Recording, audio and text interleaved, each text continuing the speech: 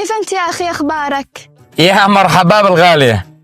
ما بالله زوجي جمع له زلط، عسى بيشتري له سيارة، قد كان بيصير يشتري له سيارة من ناس مثلهم معارف، وأنا قلت لا، معي أخي شاكر فاهم بكل شيء.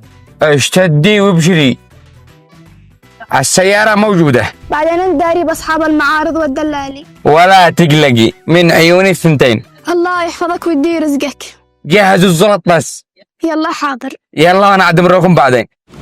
ونعم بك يا نساب، وانا واثق فيك، وهذا باقي زلط. الله المستعان يا نسب.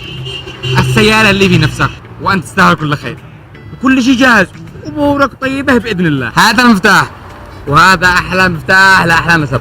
شد سيارتك والله معك. وبراقك قدوة من عندك ان شاء الله، ولا عليك. الله معك، الله يفتح عليك. سلم على كريمة. اترك. اسمع يا شاكر، الصدق الشيء همك على العقد. الله يحفظك. خلاص. لا اسمعني يا شاكر، يعني بكل صراحة وصدق، قاسمني الزلط حقي. الله المستعان. ما بشتكي، ساعة كل مرة هيد على الحساب. قل لي، جاهز العملية الثانية؟ صدق يا شاكر، كل مرة وانا اسيرهم يخرجوني من العمليات يقولوا لي ضغطك مرتفع.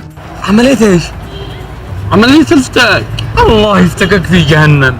جهزت المطلوب. ذكرت، ايوه صح، انا جهزت لك يا عمنا رقم ذهبي، كلهم حيبصروا يطننوا. حبيب قلبي، هيا يا احلى ذهبي في حياتي. اي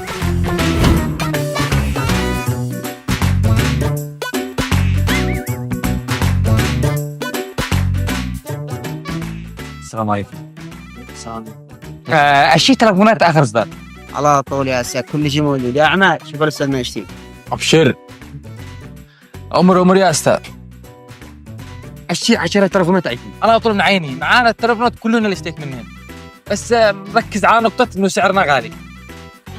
لا ما يهمنيش انا السعر، يهمني جودة البضاعة